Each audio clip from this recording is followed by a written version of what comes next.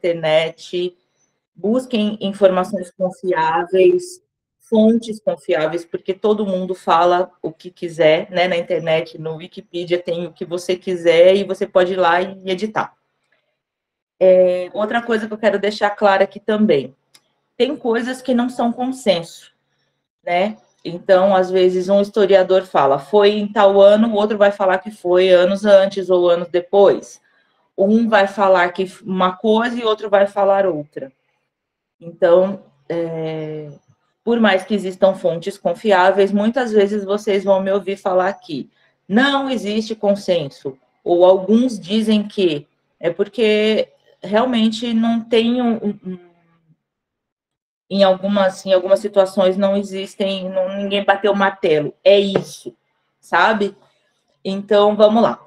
Na última aula, na aula passada, eu falei um pouco a respeito Vocês estão ouvindo bem? Não tá, o barulho do ventilador não está incomodando, não, né? Porque aqui está um calor infernal e eu preciso do ventilador, senão eu não vivo. Bom, vamos lá. Na última... Oi? Não dá nem para ouvir o barulho do ventilador, só dá para ouvir sua voz, tá tudo certo. Perfeito, obrigada. No sábado passado, eu falei, então, a respeito dos escritos de Paulo, que ele foi foi o primeiro, talvez, do Novo Testamento, né, do que nós temos de hoje de Novo Testamento, a escrever alguma coisa, que ele escreveu antes mesmo de ter conhecimento, de ter contato com as pessoas que andaram lá tete a tete com Jesus, que não existia ainda os evangelhos, e que Paulo mudou de opinião, né, durante a vida, e a gente tem isso bem claro no que temos escrito. A questão é, a partir de quando os escritos de Paulo ou os outros escritos passaram a ser sagrados, passaram a ser considerados palavra de Deus? E aí eu fiz vamos lá na minha apresentação. Deixa eu ver como é que está aqui. Então, é isso aí. Vamos falar um pouco, então, a respeito da construção do cânone do Novo Testamento. Primeiro, o que significa cânone? Cânone vem, enfim, de uma palavra grega que significa vara de medir. Então, seria a trena. A partir daqui, a partir dessas informações, desses livros, desses escritos, a gente tem uma regra, a gente tem uma medida, exatamente isso, uma medida de como vai ser a nossa fé, vamos dizer assim, a partir daí, tá? Para a gente conseguir ter uma escolha do cânone, demorou muito tempo. E, inclusive, existem vários cânones, né? Vários cânones, não existe um apenas ou dois apenas. Nós aqui provavelmente conhecemos o cânon católico e o protestante, mas existem muitos outros, inclusive eu falei isso na aula passada. Aula, gente, pelo amor de Deus, falo aula, parece que eu sou professora. No sábado passado, a gente tem o cânon copta, a gente tem o cânon etíope, a gente tem o cânon ortodoxo, enfim, existem vários cânons. Por que existem vários cânons? Porque como está escrito aí, teve muita inclusão e teve muita exclusão. Enquanto a gente estiver falando, a gente vai entender porque em alguns lugares tem alguns livros e outros não tem.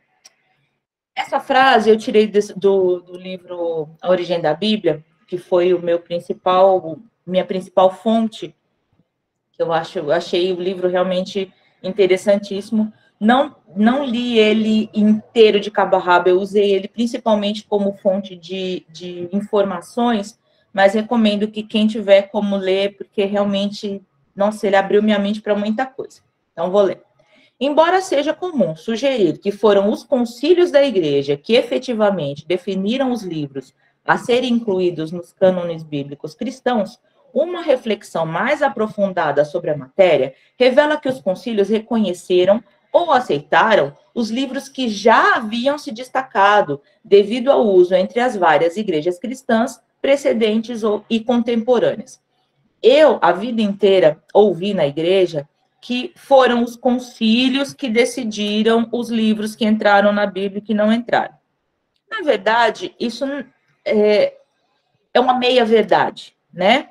Até conversei, falei com a Thaís, que quando eu descobri isso, assim, minha cabeça... Porque é como se fosse aquela história de que a princesa Isabel libertou os escravos, e, na verdade, a gente descobriu, né, com o tempo, que ela só assinou um papel e que o que aconteceu, na verdade, é que isso já vinha acontecendo, ela tinha muita... Espera que eu preciso lembrar a palavra. Ela estava sofrendo pressão, né, internacional, inclusive, para que isso acontecesse. Não foi um ato de bondade e benevolência. Foi um ato de que, preciso fazer isso logo, senão a gente está ferrado, porque o mundo está de olho na gente. Só a gente não fez isso ainda, né? Que também, gente, aí quem é historiador vai saber falar com mais exatidão, que também não foi um ato de benevolência, né? Libertar os escravos nada mais foi do que uma forma que o mundo teve de ter mais consumidores para os seus... A ideia principal é assim, a gente está avançando aí na indústria, daqui a pouco a gente vai precisar que as pessoas comprem da gente e quem é escravo não compra. Então, vamos libertar esse povo que a gente precisa de gente para comprar. É mais ou menos isso, um resumo. E a mesma coisa com respeito aos concílios. Foram os santos concílios que definiram os cânons. Na verdade, as igrejas é que decidiam, as comunidades é que decidiam o que aceitavam e o que não aceitavam, e aí nos concílios, né, foi só tipo a batida de martelo, porque isso já havia acontecendo. Vamos falar desse cara, o Papias de Herápolis. Antes disso, deixa eu ler uma coisa que eu escrevi aqui.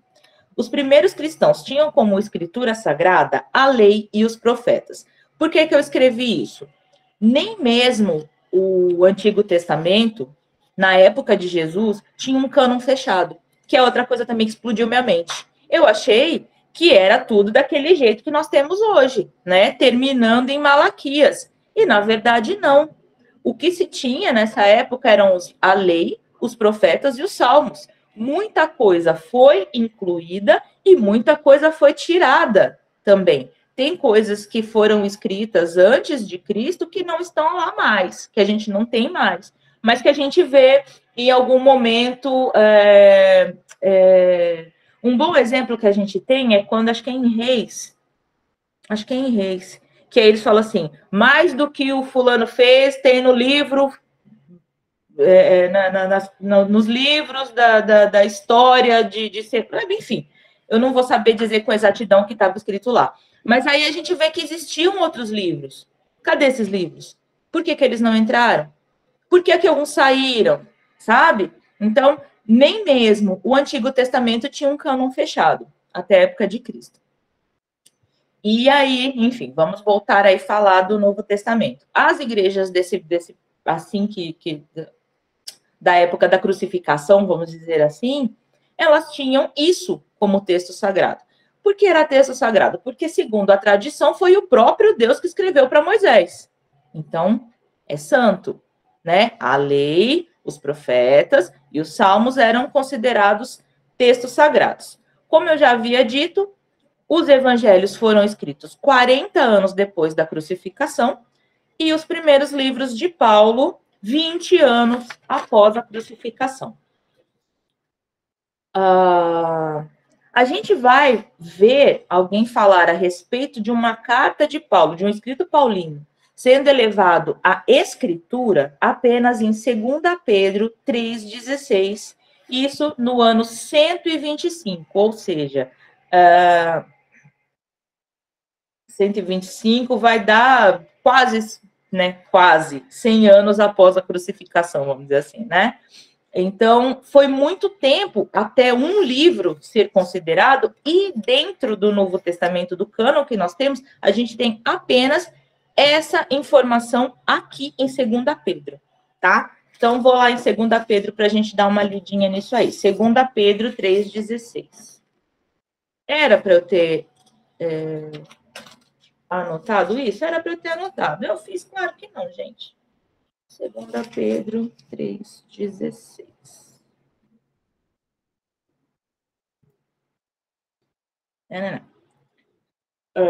Eu vou ler o 15, tá? Considerai a longanimidade de nosso Senhor como a nossa salvação, conforme também o nosso amado irmão Paulo vos escreveu, segundo a sabedoria que lhe foi dada. Até então nem falou de inspiração, falou de sabedoria. É verdade que isso mesmo faz ele em todas as cartas, ao falar nelas desse tema.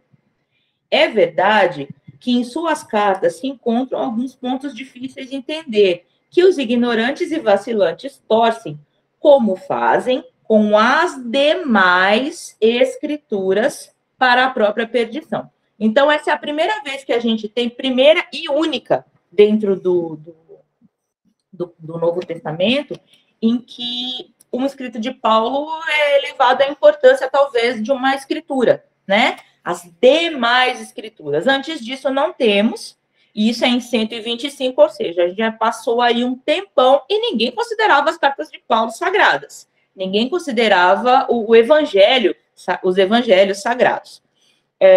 O Papias de Herápolis, que nasceu no ano 60 e morreu no ano 130, ele diz essa frase: não penso que eu tenha me beneficiado com os livros tanto quanto me beneficiei com a voz viva dos que ainda vivem.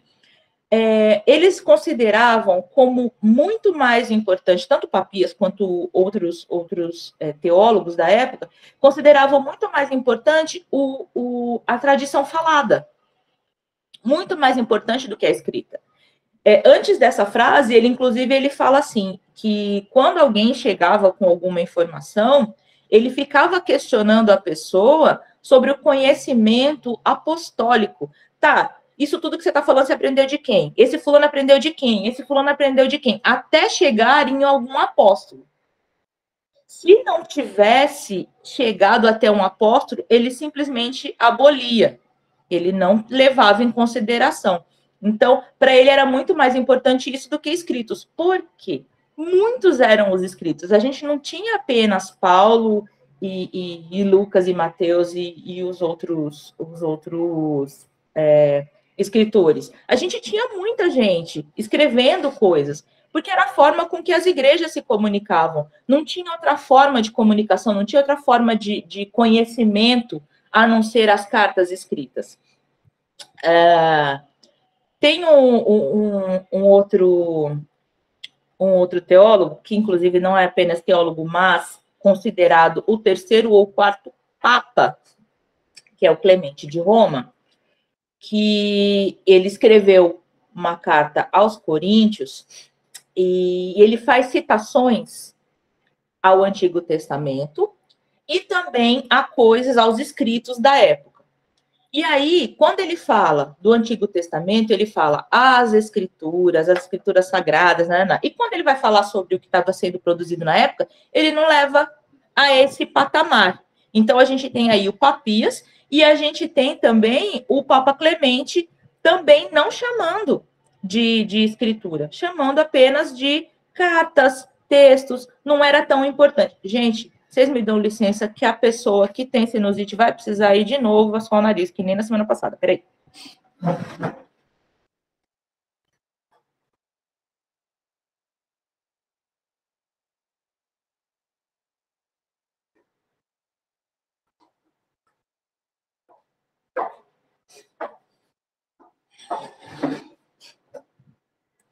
Voltando. Então, assim, essas cartas, elas eram importantes, tanto é que elas eram lidas, né, entre as igrejas, tipo, que escrevia para uma igreja, outra igreja tinha a informação, ela lia, até porque em Colossenses, o escritor de Colossenses, que supostamente era Paulo, pediu isso, né? Ó, tá vendo? Sabe essa carta que eu escrevi? Pô, lê nas outras igrejas, né? Lê na igreja tal, na igreja tal, na igreja tal. Então, era um costume que o que era escrito para uma igreja, as outras igrejas também liam, porque eles não tinham outra forma de conhecer quem era Jesus, ou a forma de viver de um cristão. Jesus tinha morrido. Os primeiros que andaram com Jesus também já estavam morrendo. Então, a gente tinha só, tipo, o discípulo do discípulo, ou o discípulo do discípulo do discípulo, enfim. Era muita... já haviam muitos anos se passado. Então, as pessoas precisavam saber a forma de viver, além de, logicamente, resolver as questões, como a gente já havia dito, resolver questões internas, a forma de aprender a viver era essa, né? Como eu, como cristão na sociedade, como eu vou viver? Eram através das cartas que eram lidas entre as comunidades. Agora a gente vai começar, como eu disse, vou dar um pulão aí, porque é muito tempo. A gente está falando aí agora, inicialmente, de 3 séculos, gente, 300 anos, em 300 anos, milhões de coisas acontecem, né? Vamos dar uma corrida aí, aí se vocês, como eu disse, se vocês se interessarem, vocês vão atrás de mais informação, ok? Alguns motivos que levaram ao fechamento de um cânon. Essas heresias, como eu disse, o pensamento grego, o pensamento judaico e o novo pensamento cristão, eles meio que se fundiam, né, em algum momento, e aí as pessoas precisavam saber que algumas coisas deveriam alguns caminhos deveriam ser tomados e outros não. Muitas foram as heresias, e eu vou falar a respeito dessas 4 aqui. Primeiro, Marcião de Sinop. Até quando eu estava lendo a respeito dele, até ia perguntar se a Enoli está aqui, porque Sinop é o nome de uma cidade no Mato Grosso. Marcião de Sinop, ele era um teólogo, e quando ele começou, ele ingressou na escola teológica, ele começou um pensamento de que deveriam quebrar totalmente o cristianismo deveria quebrar totalmente com o judaísmo.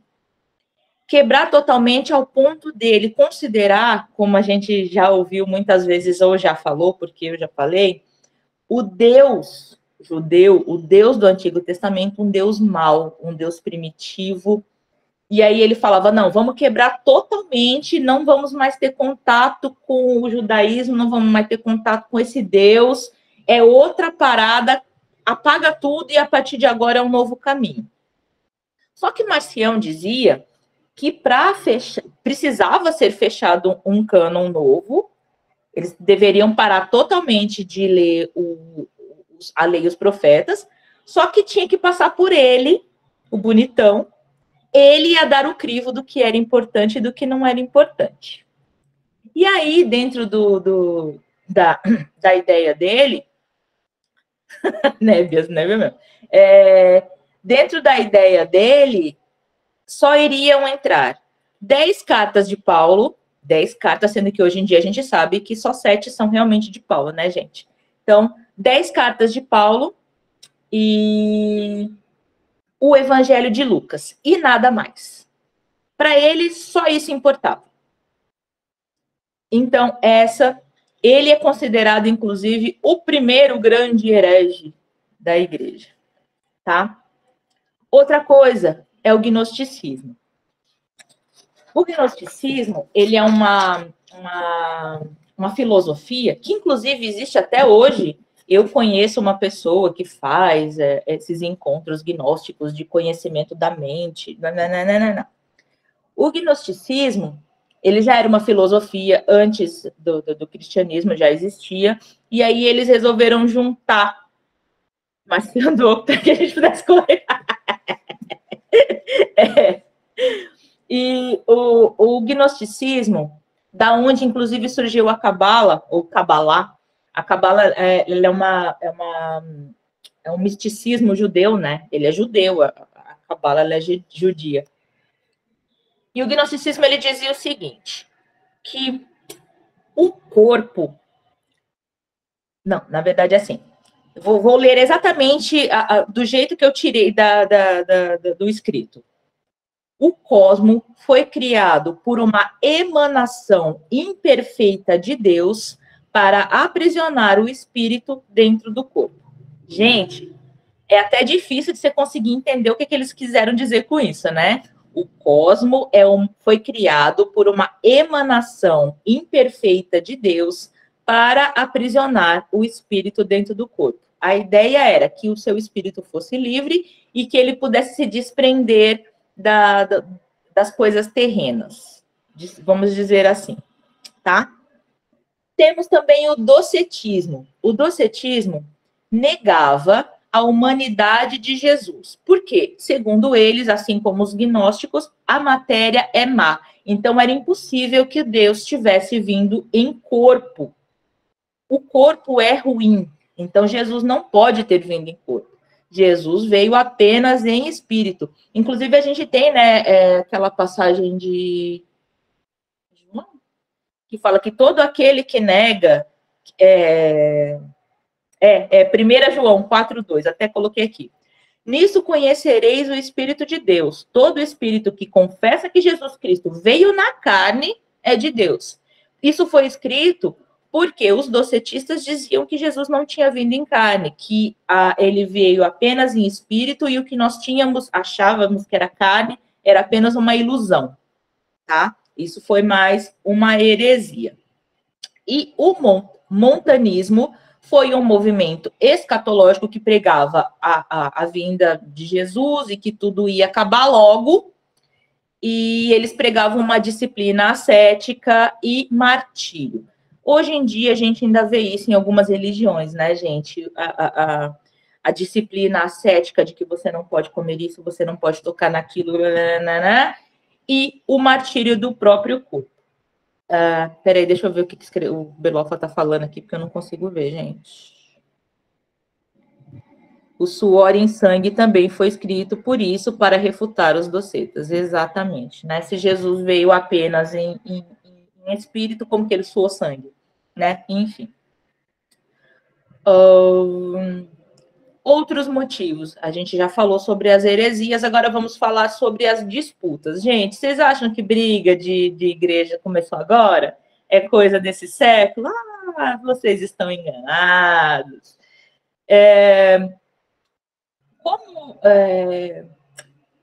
Tem aquela coisa de essa igreja recebeu tal carta, aquela igreja recebeu tal carta, você tem o escrito de fulano e ele tem o escrito de ciclano, muita coisa foi criada a partir daí, né? Então, existiam disputas de narrativas dentro da igreja. Disputa, por exemplo, sobre a cristologia, Jesus é o Cristo, Jesus não é o Cristo, a partir de quando Jesus é o Cristo? Jesus é o Cristo a partir do batismo ou antes do batismo? Ele sempre existiu com o Pai ou ele veio depois? Enfim, isso era uma disputa que tinha entre as igrejas.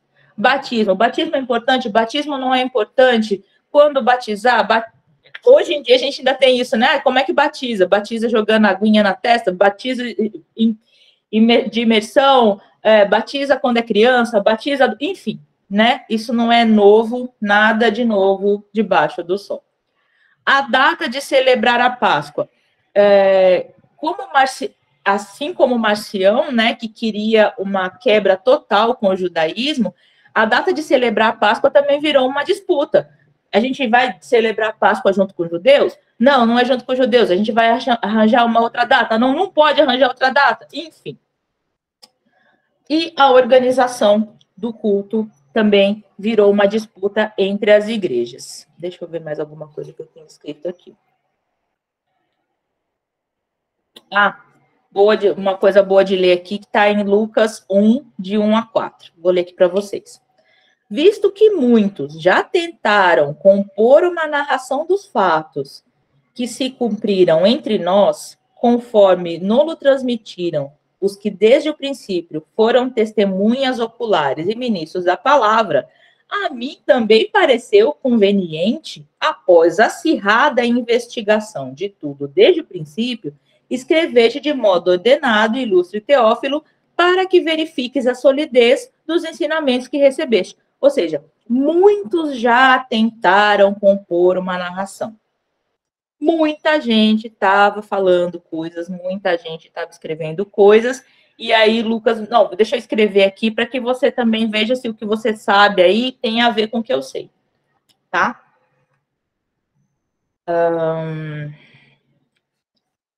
Essa briga entre as igrejas é que acabou fazendo com que surgissem os papas. Os papas nada mais eram do que pessoas... Lembra da época dos juízes do Antigo Testamento? Eram os caras que batiam o martelo. Os papas eram isso.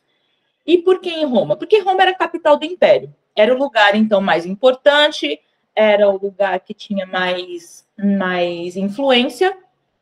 E aí, os bispos daquele lugar eram considerados os juízes da igreja. Se tinha alguma pendência, briga entre as igrejas, briga de narrativa, o papa que batia o martelo. É isso. Então, a partir daí é que foram instituídos papas para poder... Não, vamos resolver essas tretas aqui. Justino é o que fala pela primeira vez que os evangelhos e algumas cartas de Paulo estavam sendo lidas na igreja. Ele fala assim: no dia que se chama do sol, domingo, celebra-se uma reunião de todos os que moram nas cidades ou nos campos. E aí se leem, enquanto o tempo permite, as memórias dos apóstolos ou os escritos dos profetas. Ainda não... Você viu que a memória dos apóstolos, não falou as escrituras, não falou a palavra sagrada, as memórias dos apóstolos ou os escritos dos profetas. Quando o leitor termina, o presidente faz uma exortação e convite para imitarmos esses belos exemplos. Então, é a primeira vez que a gente sabe de que a igreja de Roma estava lendo os evangelhos e as cartas de Paulo. Vamos falar agora, vamos dar mais um salto. Tem mais coisa? Tem mais coisa. Tem mais motivo? Tem mais motivo. Vou falar dos principais, tá, gente? Como eu disse, é muito tempo de história, são mais de 1000 anos de história, não tem como em uma aula de 1 hora a gente falar sobre isso, né? Aí vocês estão vendo 3 fotinhas bem bonitinhas. Nós temos Nero, temos Diocleciano e temos Constantino. Vou falar a respeito apenas desses 3 imperadores. São muitos imperadores, gente. A partir do momento do nascimento de Jesus até a gente chegar em Constantino, são 38 imperadores. É muita gente, né? Então, vou falar desses principais, por quê? Nero foi o primeiro a perseguir mesmo de forma ostensiva os cristãos. Diocleciano foi... depois eu vou falar a importância do Diocleciano, não vou falar agora não. E Constantino, todo mundo sabe que foi o cara que começou a dar liberdade aos cristãos dentro do império. Então, vamos lá. Nero foi o primeiro grande perseguidor. Não apenas perseguiu, mas matou muito cristão, martirizou muita gente.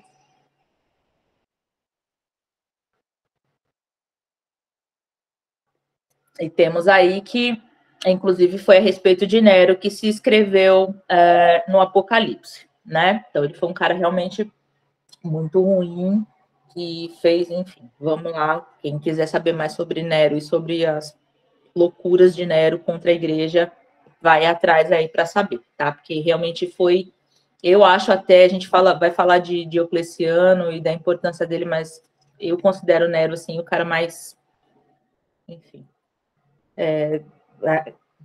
como é muito longe da nossa realidade, a gente não tem ideia, mas o cara fazia espetáculo público levando pessoas para serem mortas por leões, amarrar braços e pernas em bigas, em cavalos, e depois fazer com que despedaçasse. Gente, isso é uma coisa assim que não tem... Meu Deus do céu. Vamos voltar um pouquinho. Já na época de Jesus, o Império Romano dominava o mundo. Vocês sabem disso, que quando Jesus andou ali pela Judéia, Galileia, enfim, já era o Império Romano que estava dominando. Após a crucificação, houve por volta de 38 imperadores e vários deles perseguiram os cristãos. Não foi apenas Nero, não foi apenas Diocleciano. Entre esses 38, aí a gente tem pelo menos uns 5 que fizeram perseguições ostensivas aos cristãos, tá? Após a cisão entre judaísmo e cristianismo, o cristianismo deixou de ser uma religião protegida pelo império. O judaísmo era uma religião protegida pelo império. O império protegia os judeus. Tanto é que vocês veem aí os relatos dos fariseus e saduceus, que eles chegavam nos caras que eram os governantes, não é governante, eu esqueci a palavra agora, os prefeitos, de tete a tete, eles tinham muita influência, o judaísmo tinha muita influência muita influência, mas tinha influência dentro do império. E aí, a partir do momento que o cristianismo passa a ser uma outra religião, não fazendo mais parte do judaísmo, eles estão soltos. Eles estão soltos, e mais do que soltos, eles passam a ser pessoas não gratas porque eles não obedecem ao imperador, né? Dentro do império, o imperador era quase que um deus. Inclusive, em alguns casos, era um deus. Ele tinha religião onde ele era adorado, ele era o cara que para onde todo mundo prestava culto. E os cristãos se negavam a fazer isso. Tanto por isso morreram, foram perseguidos enfim, né? No governo do imperador Diocleciano, os que eram chamados do caminho foram obrigados a darem os seus escritos circulares, que é o que eu falei a respeito de as cartas eram lidas entre as igrejas, os seus escritos circulares para serem queimados. Diocleciano não aceitava, né? Ele era um cara que exigia culto a ele. E aí como os cristãos estavam crescendo demais dentro do império, e a grande maioria dos cristãos nessa época já nem era mais vinda do judaísmo, eles estavam crescendo demais, estavam desobedecendo, aspas aqui, os decretos do imperador, né? Ele falou, vamos acabar com essa religião, então. Acabou essa palhaçada, não tem mais esse negócio, não vai ter mais outro tipo de culto, e o que vocês têm aí de escritos, me dê, eu vou queimar todo esse negócio, vamos acabar com essa história. E aí, as igrejas tiveram que escolher algumas coisas para esconder, e aí se colocando muito em risco, porque, né, se ele decidiu que tudo deveria ser queimado, e eles começaram a esconder algumas coisas, eles estavam se colocando em risco. Muita gente foi presa por causa disso, teve gente que foi morta por causa disso, mas teve gente que escondeu alguns escritos. Só que outros foram dados para queimar. O que eu quero dizer com isso? Tinha coisa que era lida na igreja, nas igrejas, que eram importantes. Mesmo que fossem importantes apenas em um certo tempo. Por quê? Era costume das igrejas que, a partir do momento que aquele escrito já não falava com aquela comunidade, ele era descartado. Ele é importante para mim agora. Então, agora eu estou lendo e agora a gente vai repetir, a gente vai ler nas nossas reuniões, vamos passar para as outras igrejas. A partir do momento que aquilo já não conversa comigo, ou que, gente, sinceramente, não apenas que não conversa com a nossa comunidade, mas que também não atesta o que o líder da comunidade pensava. Porque também não vão achar que os líderes da comunidade começou a manipular as comunidades agora. Não é uma coisa nova também, não, tá? O que era lido nas igrejas também era muito escolhido a dedo, tá? Não era assim, chegou aqui, a gente vai ler e agora a gente obedece. Também tinha mais ou menos aquela história de atesta o que o líder aqui pensa, atesta as ordens, entre aspas, do líder. Opa, vamos ler então. Então, agora é importante esse escrito. Enfim, isso também foi uma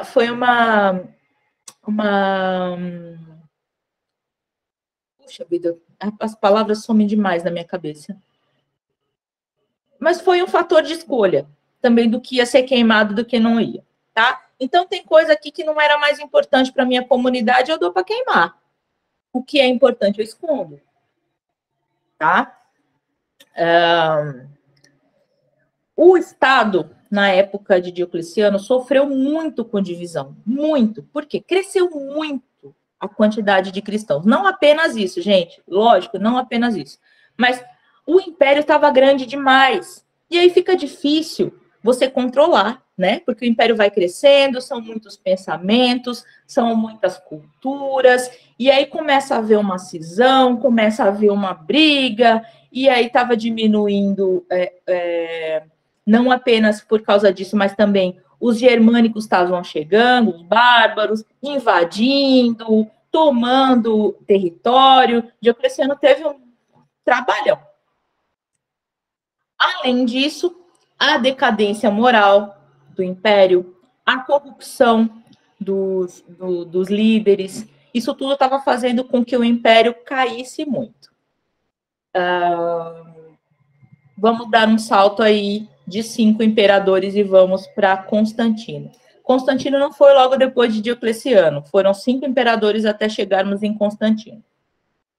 Constantino, outra coisa que bugou minha mente, ele é considerado, né, eu sempre ouvi isso na igreja, de que Constantino era o cara que instituiu o cristianismo como religião oficial do império.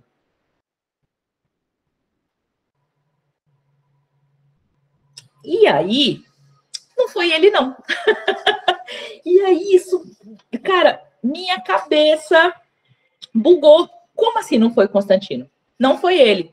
Constantino, na verdade, foi o imperador que deu liberdade aos cristãos. Espera aí que eu tenho um outro escrito aqui. Eu vou falar para vocês o nome do cara que instituiu realmente. Ô, Beló, você que tá aí, você sabe falar o nome do mano? Achei, Teodósio. Teodósio, em 380, que decretou o cristianismo como religião oficial do Império Romano. Não foi Constantino. Gente, como não foi Constantino, cara? A vida inteira me falaram que foi ele. Como que não foi ele? Não foi. Vamos falar de Constantino. Constantino, o que ele foi essencial? Constantino era um cara que ele queria a paz e a unificação dentro do Império. Como eu disse aqui, na época de Diocleciano e depois, o Império começou O quê? Peraí. Gente, preciso ler, eu sou curiosa. O mano era descriminalização. É isso. Legalize já. Legalize. O Constantino, ele começou a dar liberdade, e a partir de Constantino, não só ele, mas a chamada tetrarquia, que era Constantino, Gregório. Ai, gente, minha cabeça, infelizmente, enfim. Eles fizeram éditos em que o cristianismo estava sendo liberado das perseguições, ele não ia mais ser perseguido pelo Império, né? E depois, outros éditos que davam liberdade de culto. Então, assim, gente, não temos mais problema nenhum com nenhum tipo de culto, nenhum tipo de religião dentro do nosso império. Façam o que vocês quiserem, desde que deem paz. O importante para o Constantino é que houvesse unidade e tivesse paz para ele poder ter controle, né, do Império novamente, porque eles tinham perdido completamente o controle. E aí ele precisava ter esse controle de novo nas mãos. A paz dentro do Império ia fazer com que ele pudesse governar de boa.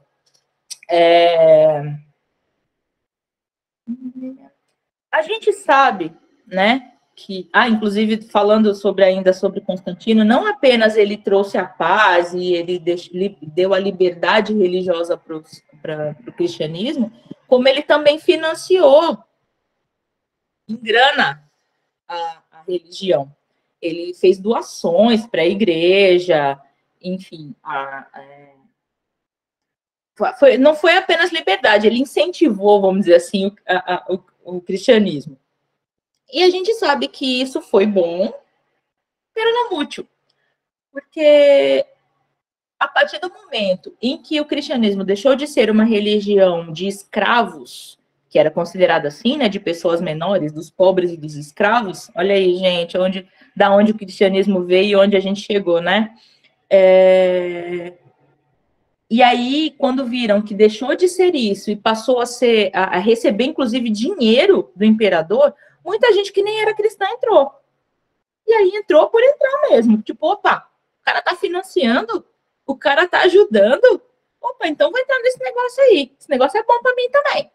Esse negócio vai ser bom para os outros, vai ser bom para mim também. Então, muita gente que não tinha nenhum tipo de compromisso com a religião acabou entrando na religião.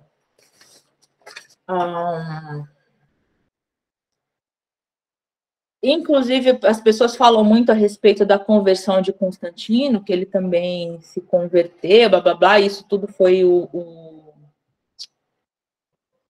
Ai, meu Deus, Eusébio... Não lembro o nome dele total. Que escrevia a respeito, falando que Constantino era um homem santo, que ele era um enviado, blá, blá, blá. Mas Constantino mesmo, ele só foi... ser batizado, que o batismo era importante, certo? Mas ele só foi ser batizado aí um pouco antes de morrer. E ele nunca teve uma conduta realmente cristã, ele era corrupto, enfim, aquela coisa toda que a gente sabe. Ele nunca teve uma conduta de quem realmente tinha se convertido à religião, mas a gente sabe que ele foi um grande incentivador, tá? O imperador romano Constantino foi quem reunificou o império, foi essencial para que o cristianismo, antes visto como uma religião de escravos e trabalhadores de menor importância, começasse a ser considerado uma religião respeitada. Vamos dar mais um pulinho aí, gente. Vamos falar sobre o Concílio de Nicéia.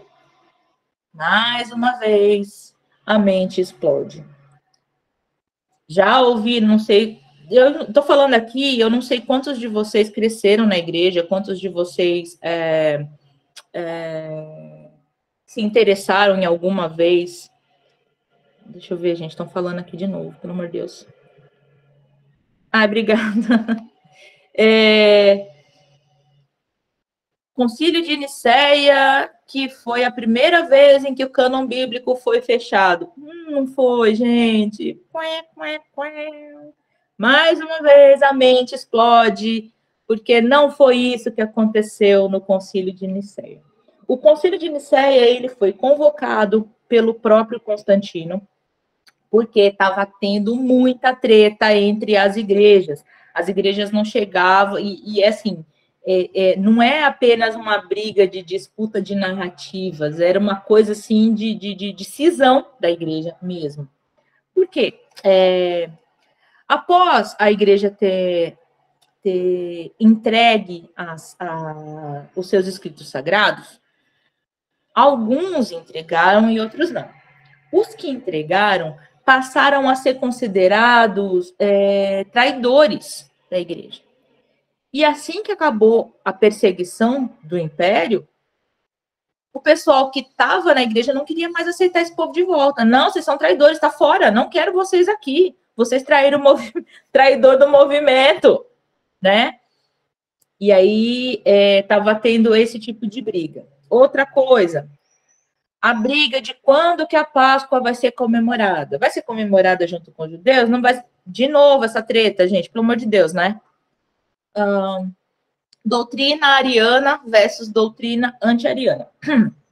A doutrina ariana questionava se Jesus já tinha nascido eterno, se ele era um com o Pai, ou se ele havia sido criado inferior ao Pai. Isso baseado em João 14, 28.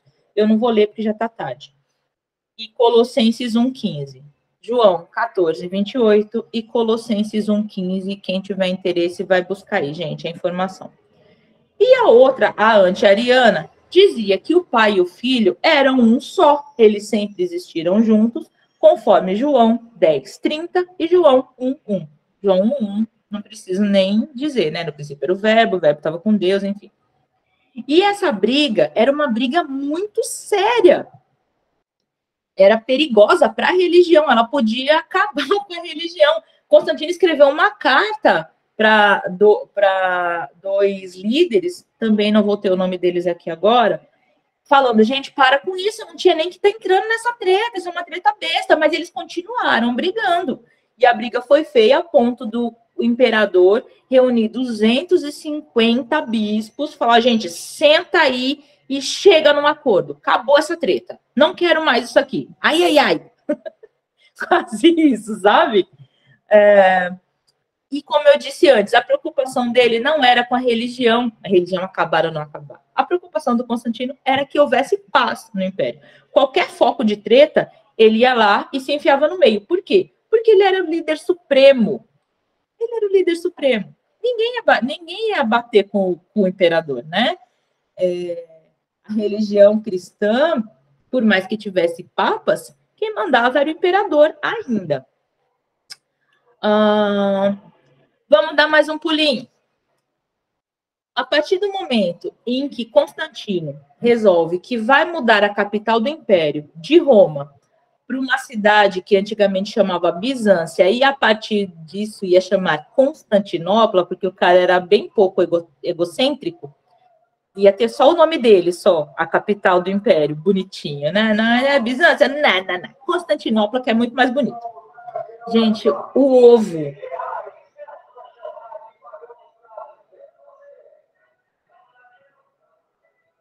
Mulher Chorona. Meu Deus do céu, eu não aguento esse carro do ovo cantando Mulher Chorona. Ele decidiu que ele ia mudar a capital do império.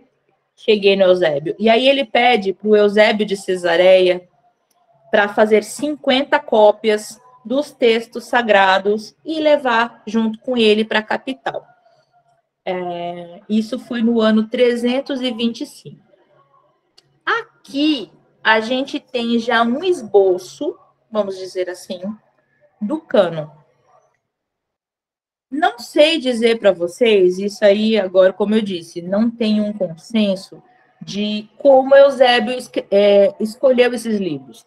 A única coisa que nós sabemos é que eram livros importantes, eram cartas importantes, escritos que eram importantes para as comunidades no geral. Junte-se a isso que muita coisa foi queimada, junte-se a isso que muita coisa foi perdida, mas essas cartas, esses escritos que Eusébio juntou e fez essas 50 cópias, vamos dizer assim, foi a primeira vez em que a gente teve um compiladão do que hoje seria a nossa Bíblia. E os textos precisavam seguir algumas regras para poder entrar, né, nesses compêndios, ó, palavra difícil. Eles precisavam ter apostolicidade, ou seja, eles deveriam seguir um caminho de um apóstolo até a data. Então, quem escreveu foi fulano, fulano andou com fulano, que andou com fulano, que andou com fulano, que andou com um apóstolo, tá? Deveria ter aceitação em todas as igrejas. E aí a gente sabe que todas as igrejas é mais ou menos, porque na verdade era nas mais importantes, tá? Não era em todas as igrejas, porque alguns textos, já estou pulando etapas, vamos lá. Aceitação por todas as igrejas e ortodoxia doutrinária. O que estava escrito ali tinha que bater com o que era pensado como ortodoxia. Ortodoxia, vocês sabem que é uma... Como que a gente explica ortodoxia, né, gente? Uma regra geral. Uma regra geral mais regrada. Regra regrada é ótimo, mas é isso aí que eu tenho para falar agora para vocês. Alguém procurar aí no dicionário o que é ortodoxia e lê para mim depois. A verdade é que esse negócio de ortodoxia e esse negócio de aceitação em todas as igrejas não era bem por aí. Por quê? Muitos desses escritos entraram no cânone, por quê? Porque eram aceitas pelas igrejas maiores e pelas igrejas mais influentes. Então, onde tem maior influência, onde, principalmente, né, Roma. Roma mandava, né? Roma mandava e desmandava. A gente tem um bom exemplo nisso, se a gente, por exemplo, pegar Tito, Timóteo. Tito e Timóteo, eles nem eram apóstolos. Como que entrou os escritos deles nisso? Né? Não tinha que ter apostolicidade? Ah, porque andou com o apóstolo. Mas eles não eram apóstolos, né? Tem coisas que estão escritas ali, por exemplo, Tiago. Tiago é um livro que quase nem entrou. Tiago já foi considerado um livro herético. No entanto, ele está lá. Por quê? Né? Em que momento ele deixou de ser um livro herético para poder entrar no cânon? Não tinha que ter ortodoxia? Então, não tinha que ser aceito por todas as igrejas? Algumas não aceitavam. O que fez realmente entrar é a questão das igrejas maiores mandarem. Como eu disse, nada de novo debaixo do sol. Alguns livros, por exemplo, vamos voltar aí falando. Alguns livros falam da volta iminente de Cristo. Jesus está para voltar. Outros falam de uma época que ainda vai chegar. Alguns livros, não vamos chamar de livro, vamos chamar de escrito, porque antigamente não era livro, né? Falavam da morte de Cristo pelos nossos pecados. Outros, em Atos, não se fala sobre a morte de Cristo pelos nosros pecados. Por que um entra e outro não? Entende? A gente tem eu tenho aqui uma frase de Agostinho de Hipona, que é assim: os livros que são aceitos por todas as igrejas católicas, católico aqui a gente lê não como igreja católica que a gente entende hoje, mas igreja universal, ok? Também não é universal do jeito que a gente entende hoje. Oh, meu Deus. Vamos ter que usar um outro nome para esse negócio. Não dá para usar universal, não dá para usar mundial, e não dá para usar católica. O que a gente faz? Enfim, as igrejas. Os livros que são aceitos por todas as igrejas católicas se anteponham aos que não são aceitos por algumas. Por outro lado, entre os livros que algumas igrejas não admitem, prefiram-se os que são aceitos pelas igrejas mais numerosas e importantes. Olha só. Entre os livros que algumas igrejas não admitem, prefiram-se os que são aceitos pelas mais numerosas e importantes, aos que são unicamente aceitos pelas igrejas menos numerosas e de menor autoridade. Enfim, no caso de alguns livros serem aceitos por muitas igrejas e outros pelas igrejas mais autorizadas, ainda que isso seja difícil, eu opino que se atribuam a ambas a mesma autoridade. Aqui ele deixa bem claro, né, que quem manda são as igrejas mais numerosas e mais importantes. Deixa eu ver o que a lei escreveu. A gente aprende que toda a Bíblia está na mesma visão, mas não está. Muitas vezes ela não se conversa. Exatamente. Muitas vezes não se conversa, mas aí quem manda, quem colocou lá foi quem mandava mais, né? Muitos livros foram incluídos no nosso cânone, hoje não fazem mais sentido e são praticamente ignorados nas comunidades. Por exemplo, quantas vezes você viu na igreja a gente lê Números, Levítico? Não lê, não tem importância. Para a nossa comunidade hoje não tem importância, né? Segunda carta de João, terceira carta de João, normalmente a gente lê a primeira, né? A segunda e a terceira são quase ignoradas. Judas, não se lê Judas, né? Então a gente vê que tem coisas que não são mais importantes para nós hoje. E aí eu fico com essa frase que eu já ouvi do John e já ouvi do Belofa. Hoje é mais importante ler Krenak do que ler Isaías. Eu acho essa frase incrível, porque Krenak conversa muito mais com a nossa realidade do que Isaías conversa, gente. Isaías é importante? É importante para a gente conhecer a época de Jesus. Não é importante para nós hoje. Já foi importante, hoje talvez não seja mais. Então, é bom conhecer? É bom conhecer. mas vale muito mais a pena a gente ler Krenak, a gente ler uma Djamila, né? Tem coisa que é muito mais importante para a nossa realidade.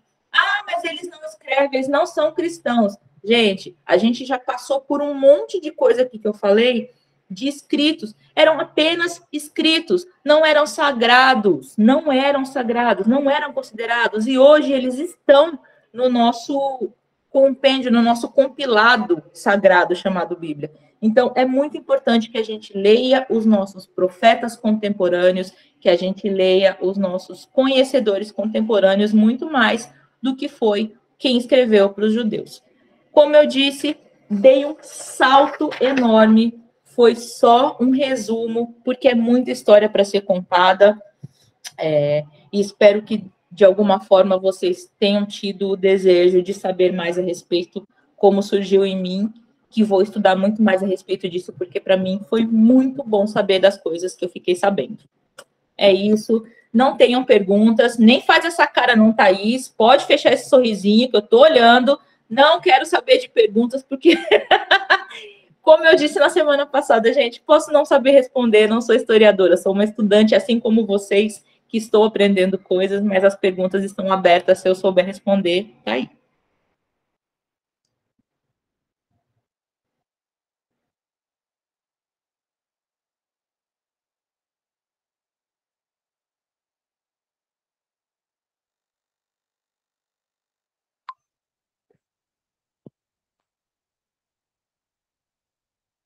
Obrigada, Wallace. O Wallace respondeu aqui, ortodoxia seria uma teologia tradicional.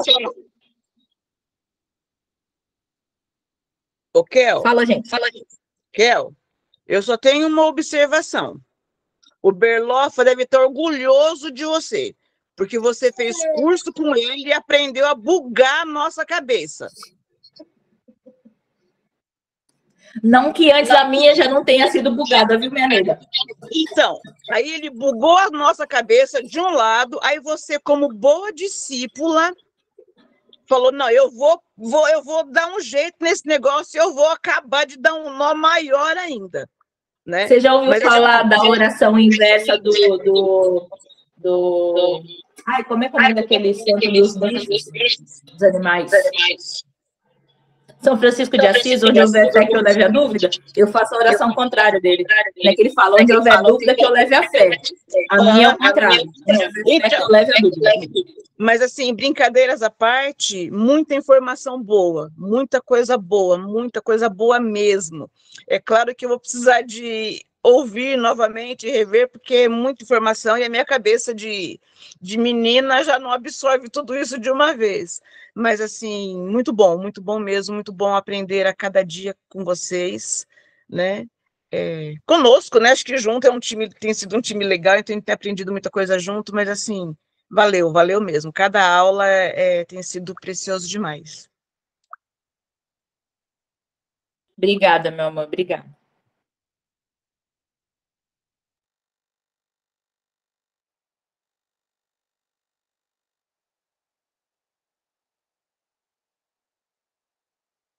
Ninguém mais vai falar nada? Vou embora. A Ju se levantou a mão aí, amiga.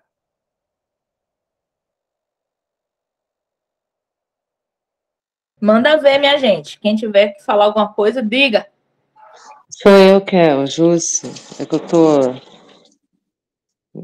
no exame aqui. Vamos lá. Eu só queria saber se a gente vai ter mais aulas com você sobre esse tema. Por que não? Pelo amor de Deus, não! Não, é porque assim, não, sério, cara, muito bom, muito didático, muito esclarecedor, mas muito duvidoso também, assim, não duvidoso, duvidando de você, mas seria muito bom trazer mais alguns, como é que eu vou dizer, mais algumas descobertas, mais alguns assuntos que a gente não conhece, né? E quando você cita sobre a questão, eu sempre me perguntei isso, todo mundo aqui já passou por aquela fase na igreja de, você já leu a Bíblia toda, né? Aquele plano, inclusive, anual, quando chegava em números, em crônicas, eu falava, gente, como ler isso? Quando você nem fala isso, né? Eu não sei nem falar o português que sai essa língua aqui. Então, você agora citou algo muito interessante, né? Foram inseridos na Bíblia, no compilado, né, para a narrativa bíblica cristã, livros no contexto para os judeus. E que, gente, para a gente não interessa nada, sabe? Nada, nada, não tem. A gente nem entende. Você não vê ninguém pregar sobre isso, até porque não tem que se pregar sobre, sabe, sobre essa questão de genealogia, sobre até a questão dos números mesmo. Então, por favor, Cássia, pastora Thaís, pastora Adélia, Madeleines, deixa a Kel dar mais aula sobre isso, por favor, fica um pedido de verdade, e toda a minha gratidão. Estou aqui para fazer o exame, já estou, mas graças a Deus estou pegando bem o sinal aqui, e eu consegui pegar toda a aula, sabe? Então, muito obrigada, Kel, por trazer mais explosivos para nossa mente, no contexto de que esclarece, traz dúvidas, assim como a Rô falou, né? São muitas dúvidas, sim, a gente fica meio puto da vida de ter. Eu joguei minhas Bíblias fora, só estou com uma, para dizer que eu não tenho. Então, a gente fica chateado. Eu estou chateada, eu estou muito chateada, né? Porque são 50 anos dentro de uma instituição religiosa, se sentindo enganada, de verdade, sabe? Porém, entretanto, contudo, todavia, graças a Deus eu criei no Jesus da fé. Então isso não abala, eu fico chateada, mas não me abala, sabe. Mas muito obrigada, Kel, de verdade. Ouvir você é muito bom, ouvir cada uma de vocês durante todo esse curso está sendo maravilhoso. E, se possível, Kel, repense um pedido que eu creio que não seja só meu. Quem concorda com meu pedido, por favor, traga mais sobre o cânon, né. Todo mundo vai ser bloqueado. Não, você não é doida. Eu tô dodói, vou fazer drama. Eu tô dodói. Se eu morrer, tu vai ficar com a consciência pesada. Ó, peguei pesado Jussi, agora. Peguei pesado de propósito. Tô que brincando, que eu tô bem. apelona, mano. Eu tinha que usar o meu poder de coação, de manipulação. Ô, Jussi, meninas, olha a minha mãe aqui. Oi, olha, nega mames! Oi, minha mãe. Eu não vou abrir a câmera, gente, que eu tô aqui no hospital de máscara, não dá. Olha Aliás, minha de mãe, máscara gente. fica melhor para Essa eu irmã abrir, que não Maria é do a leite minha do coque, pulsa, não ó. assusta tanto. Gente, Olha o coque dela. antes de abrir aqui, que tinha mais duas mãos levantadas, deixa eu só falar uma coisa sobre essa questão. Gente, por que eu quis falar sobre o cânon? Porque a gente estava falando de Paulo. Obviamente, eu acho que o resto também é muito importante, eu acho que seria ótimo a gente falar mais a respeito. Eu teria que estudar mais a respeito, e eu vou falar porque eu estou estudando já. Eu estou lendo muita coisa, gente, olha, é muita coisa, realmente, 1000 anos de história não é brincadeira para a gente estudar. Mas eu trouxe isso mais para a gente falar ainda a respeito de Paulo. Caso mais para frente surjam outros assuntos, pô, ia ser legal demais, mas vocês vão ter que dar um tempinho para que eu estudar, porque o que eu achava que eu sabia, não, eu não sabia. É isso. Mas obrigada, Jussi, obrigada a todo mundo que gostou da aula. Obrigada mesmo. Ju, pode falar, meu amor. Bom dia! Que aula gostosa, meu Deus do céu! Olha, de manhã, no sábado de manhã eu tenho muita dificuldade. Tem vezes que eu assisto a aula, eu a cabeça assim ainda acordando e com muita dificuldade. Hoje eu consegui assistir com a cabeça boa, dormir bem, graças a Deus. E assim, amei a aula. Eu acho que você tem que trazer mais vezes mesmo. Eu concordo com a Jussi. Concordo super, assim, e é interessante, o que você falou no final, eu amei, né? Hoje é mais importante ler Krenak do que Isaías. Aí fechou com chave de ouro, assim. Eu acredito que ler a Bíblia hoje pra gente, ainda mais no nosso meio, que nós estamos aqui, é bom porque é mais para desfazer algumas crenças, sabe? É importante a gente ler a Bíblia para desfazer muita coisa que foi ensinado para a gente antes. Mas para falar assim, gente, é importante, realmente, às vezes dá vontade de jogar tudo fora, porque a gente aprendeu tudo errado, e falar, não, para que isso? Né? A gente tem que ler os nossos autores agora, o que está acontecendo na nossa sociedade, com os nossos povos de agora, né? Mas a gente tem que ler, porque a gente precisa estar meio que armado aí pro tanto de merda que o povo ensina, né? Errada. Então, É muito interessante você falar que não é professora. É sim, é professora sim. E esse negócio de ter que dar aula é massa, porque aí força a gente a estudar, né? Então é muito gostoso isso. E é só isso, Kelta, de parabéns, amei, viu? Beijo, beijo. Miriam, você agora, meu bem. Kel, obrigado pela aula, parabéns pela aula. Eu acredito que seja assim importante para a gente, como é que fala? Ter caminhos, né? Você deu os caminhos para que a gente pesquise, busque, assim como você fez. E realmente essa parte do cânon é uma coisa que eu ainda estou realmente tentando entender, tentando aprender. E cada vez que eu venho para cá, cada vez que surge esse assunto, é uma coisa que desperta mais ainda a minha curiosidade, que realmente, como você disse, história é uma coisa que a gente precisa aprender para a gente não acabar não repetindo os erros, é o que todo mundo fala, né? Uma frase bem clichê, mas que é muito importante, que é muito verdadeira e que a gente precisa realmente, de fato, aplicar no nosso dia a dia. É só isso para agradecer. Gostaria realmente, de fato, que tivesse mais aulas. Você foi ótima, você é ótima. A sua aula tem sido muito enriquecedora para a gente aprender essa parte mais aí da cronologia, do entendimento de como aconteceram as coisas, quem fez o quê, e desmistificar, né, toda essa questão que a gente já tem construída na nossa cabeça. Minha mãezinha mandou um beijo para todos vocês, agradeceu o carinho. Ela acabou de chegar do círculo de oração. Ela chega falando, ela nem sabe que eu estou aqui na aula. Eu falei para ela, vem aqui então, vem aqui para as meninas verem a senhora. Aí ela apareceu aqui e é isso. Ela mandou um beijo para vocês todas também e agradeceu. É isso, gente. Obrigada por hoje. Eu que agradeço, Miriam. Eu até lembrei de uma coisa que, sobre essa questão de que é mais importante ler Krenak do que Isaías, e a Ju, acho que foi a Ju que falou sobre... será que... Ai, Ju, não vou lembrar a sua frase.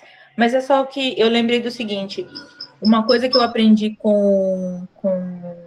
nas aulas que eu faço com o Belofa é que é bom a gente ler esses escritos mais antigos para a gente entender Jesus, né? Tem muita coisa, a Miriam está fazendo o Agora Entendi junto comigo, tem muita coisa que a gente vê, a gente fala assim, Jesus agiu assim por causa disso, né? Então, a importância é essa. Não é importante para a nossa forma de viver, mas é importante para a gente entender Jesus, para a gente entender como ele agiu, para a gente entender quem ele peitou, as leis que ele peitou, né? Por que ele fez isso? Na lei falava isso, mas Jesus fez aquilo. Então, é importante por isso. Mas, para nosso modo de viver, hoje é muito mais importante realmente ler Krenak. Você ia falar, Thaís?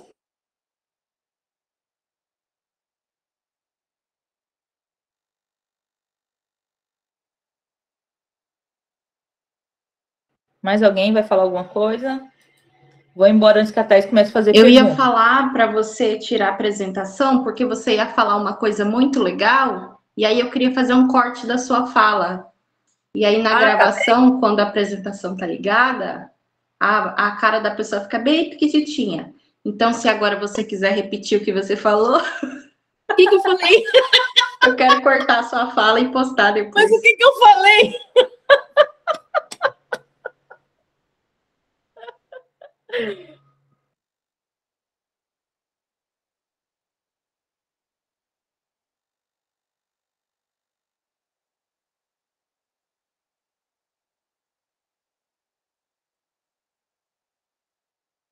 Eu ia agradecer a menina que falou que ia sair.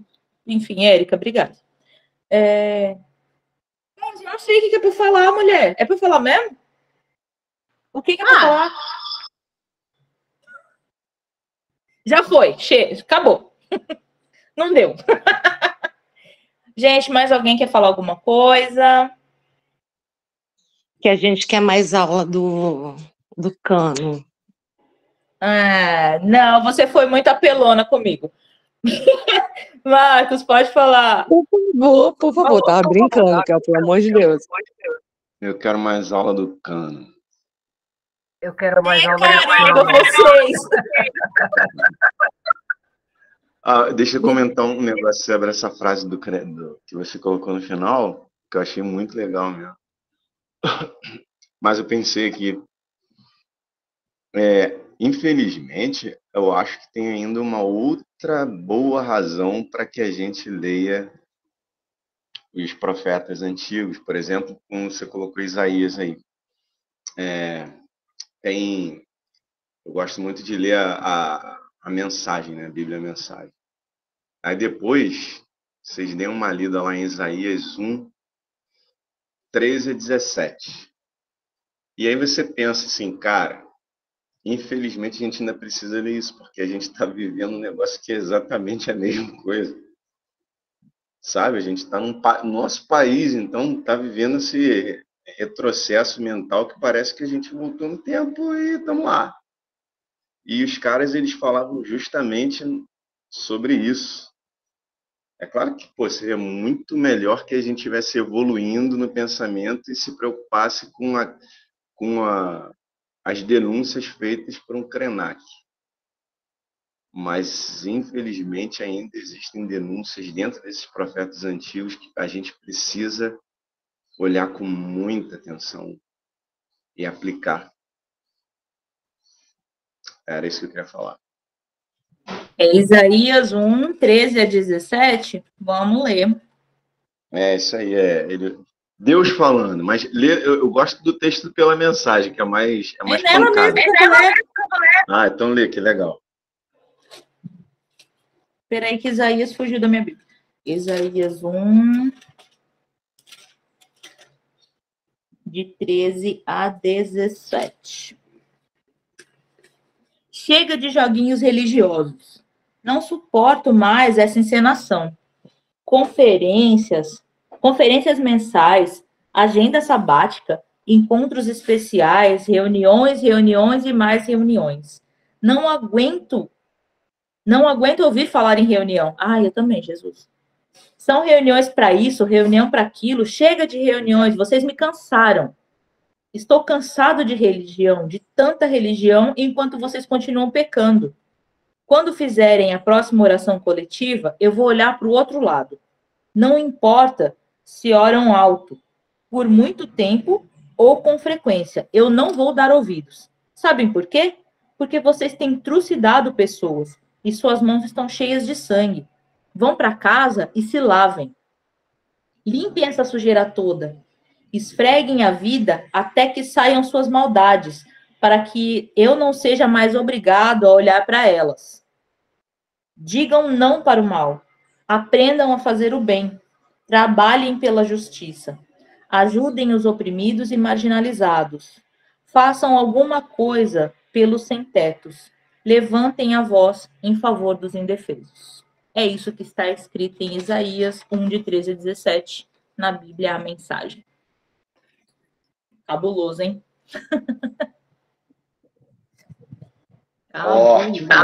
Bem atual, né? Bem atual. Baquel, agora eu vou conseguir fazer um corte, hein? Sai um corte bom agora. É isso, criançada. Vamos para os nossos afazeres, nosso sábado. Vamos remoer isso que a gente aprendeu. Eu estou remoendo aí já faz uns dias. Agradeço demais vocês terem gostado. Vamos fazer uma outra aulinha, vamos dizer assim, sobre cânon bíblico.